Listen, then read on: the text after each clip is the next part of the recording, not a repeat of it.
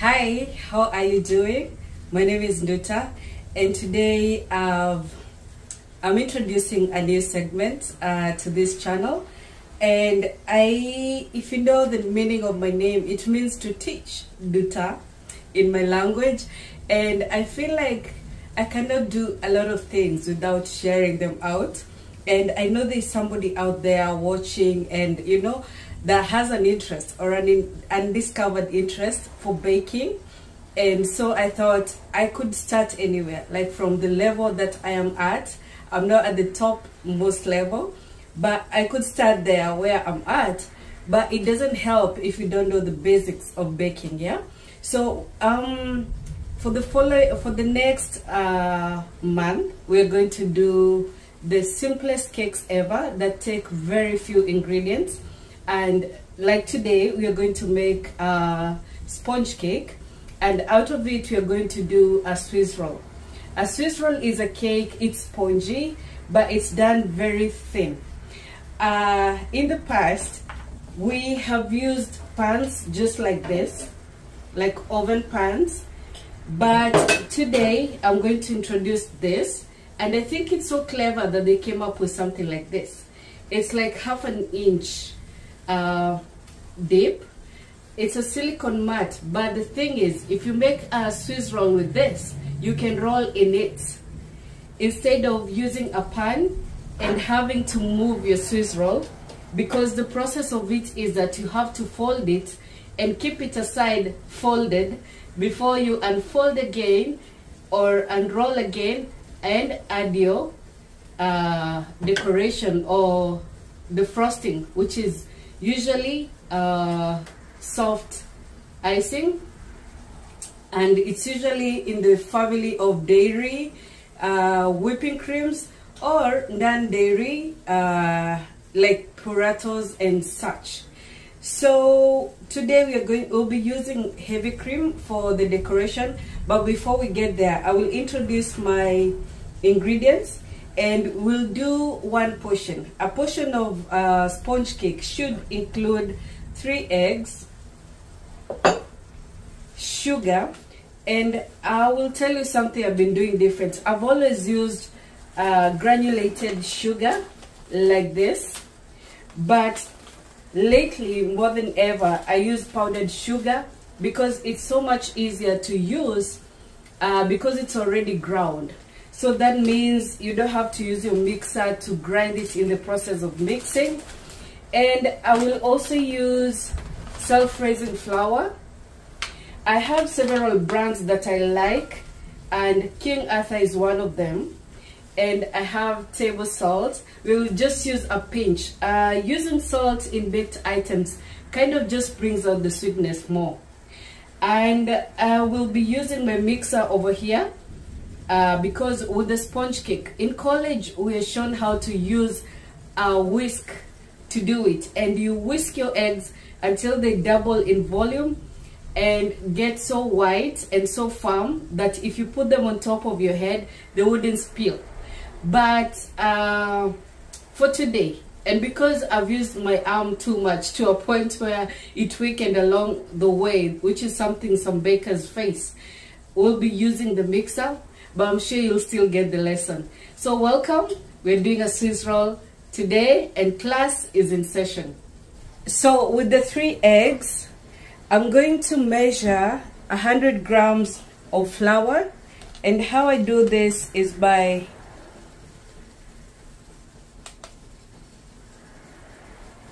I'm trying to get my weighing scale to 0, including the bowl. That way I'll be able to measure 100 grams. So I'll measure 100 grams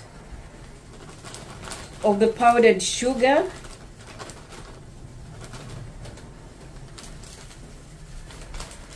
I don't know if it can be seen, 100 grams. And I'm going to use this bowl to measure my flour. And I'm using self-raising flour, but it's not required. You can use plain flour. I want to use very little salt, less than 1/4 teaspoon. Okay, and now we will move to the mixer this way so we can accommodate the head movements. But yeah, I will move it that way so you can see what's happening. And so you start by mixing the eggs with the sugar.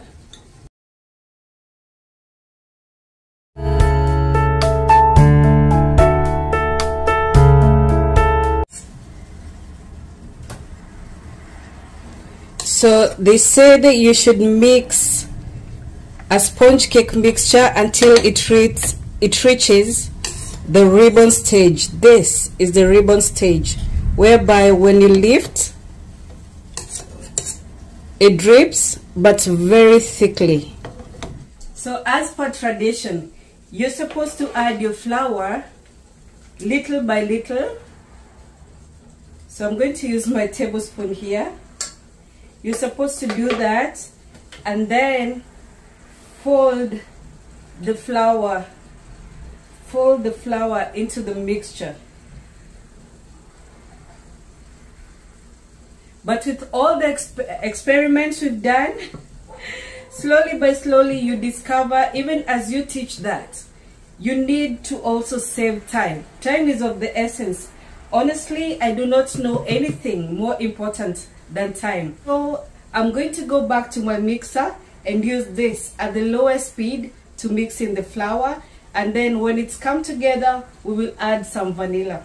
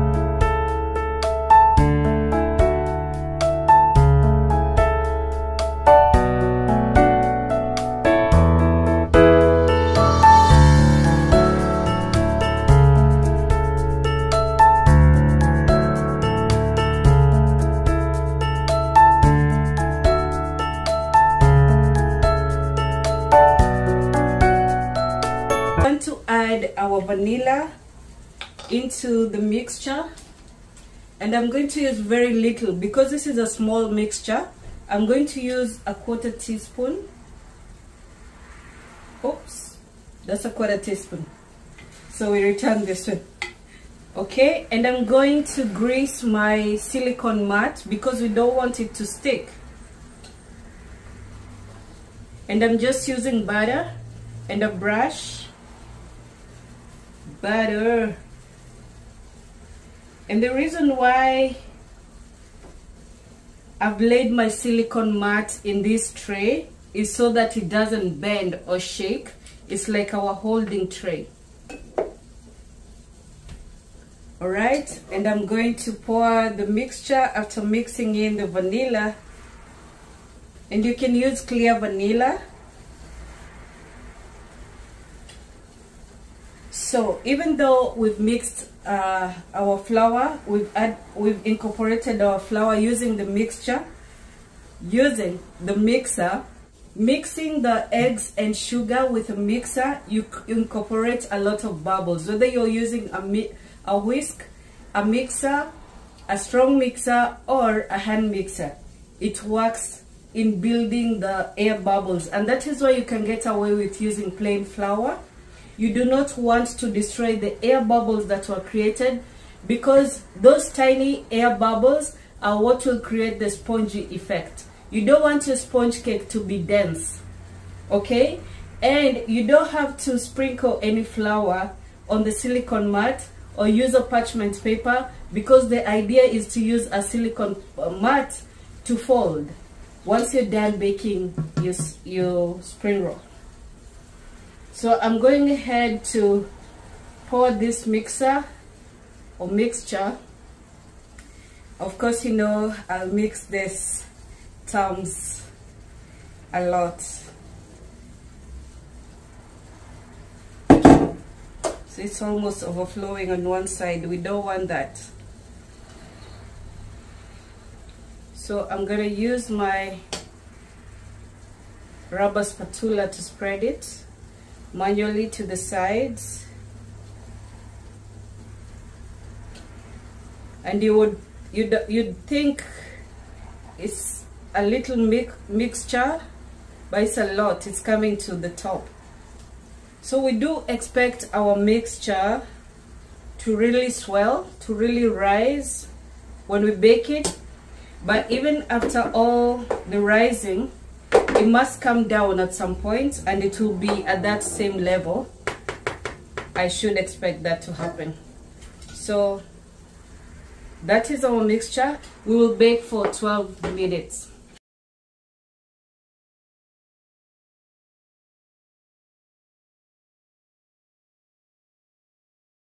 When doing this sort of thing, so that the cake doesn't stick together. Remember, the top layer is the eggy layer that gets very sticky, and with a Swiss roll we can't cut off the sticky layer because it's a very thin cake. It will get messy. So I'm cutting a length I assume is the same length as the length of the cake.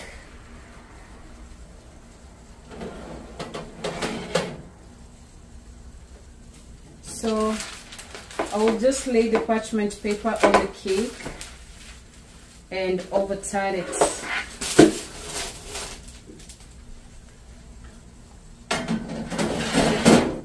I just want to peel off my silicone a bit to show you that it doesn't stick on it, but it will really help us in this next step.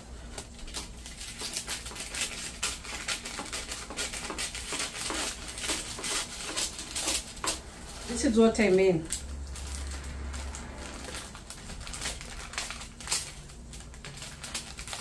And we're going to make our fold very tight. You don't want to leave any space. Don't overthink it.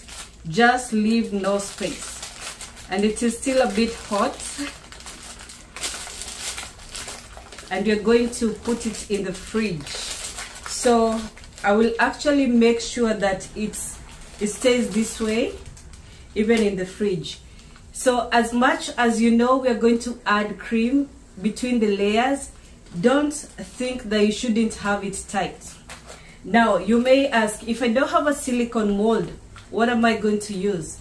So when you take out a Swiss roll from a baking sheet, and this is a good example because you would be using a tray like this.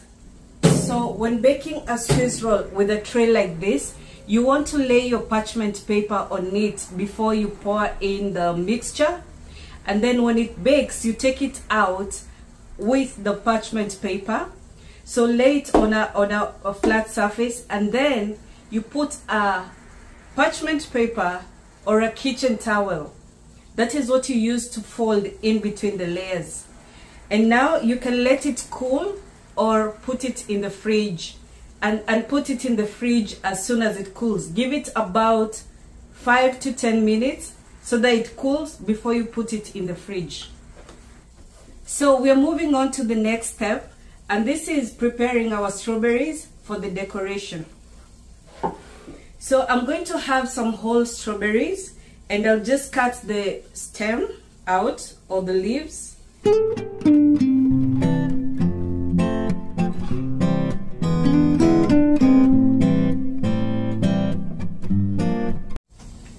Hello, so for the next part we are going to mix our cream, and I'm using heavy whipping cream.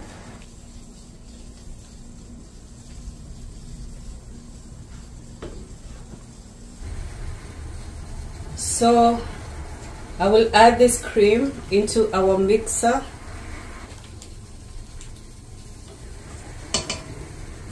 And I will add 3 tablespoons of sugar. Actually, I will add 2 because I don't want it to be too sweet.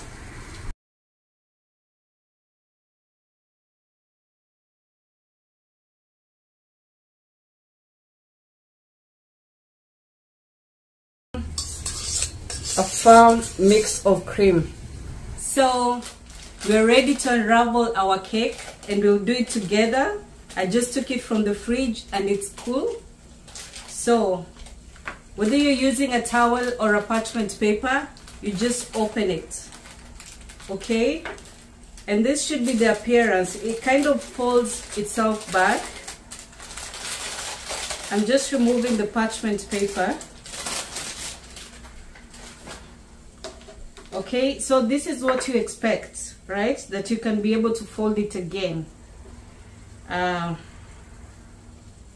So I'm going to add my cream.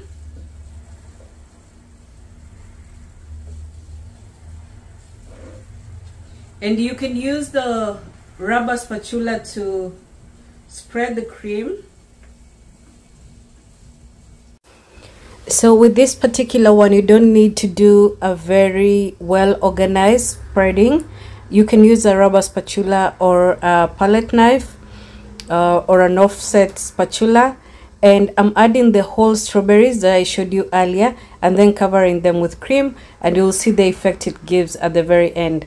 So then folding my Swiss roll again, and this part is actually what makes it have the name a Swiss roll, because it's a roll.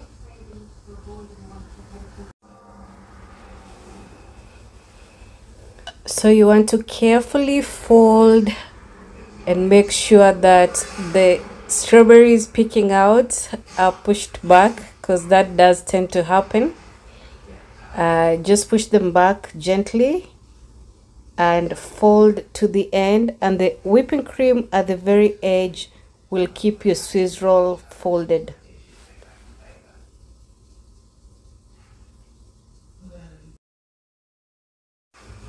So then here I want to move it to my serving dish, just using a glass tray. It's a small glass tray, and this is just for presentation purposes. You can add the decorative serving papers, and we're now going to finish our decoration, the top part of the decoration from this tray. And I'm just going to add some more whipping cream on top, and then I will place my decorative strawberries and add the berries, the extra berries that I have. I just have blueberries. You can add anything you want. You can add orange or lemon slices.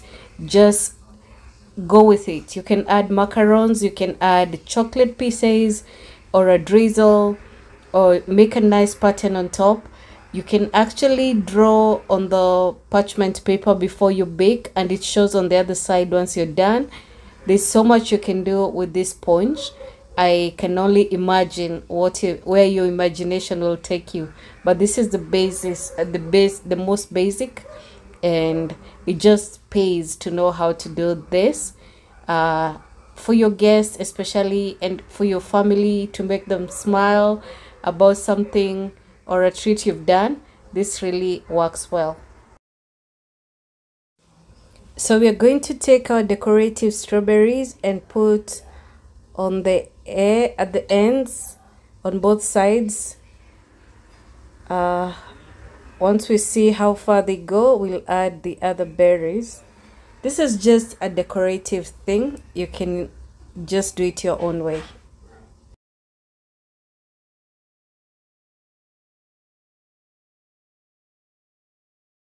Pretty, doesn't it?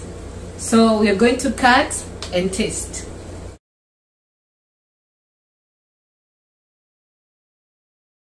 So our cake is done, and we have gone through the whole process. It's still cool. You want to eat it when it's still cool, and when the cream is also still a bit cold.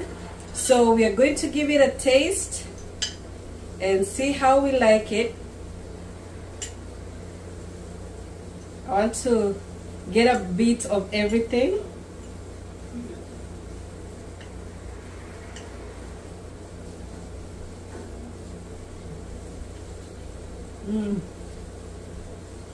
The flavor, the cream It's amazing and it's not too sugary.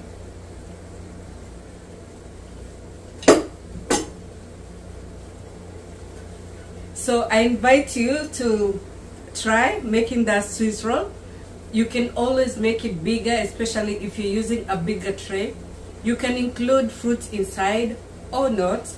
You can add jam if you like, or even a chocolate drip or a caramel, anything that you like. Just go creative. Learn the basics and do the most with what you have. Thank you so much for watching this one, and I hope to catch you on the next. Let me know how you like this kind of content. Let me know if you have any interest in cake making, because cake making is one of the skills, very simple skills to gain, and it can take you very far. Please like and subscribe and comment below to let me know how you're loving this.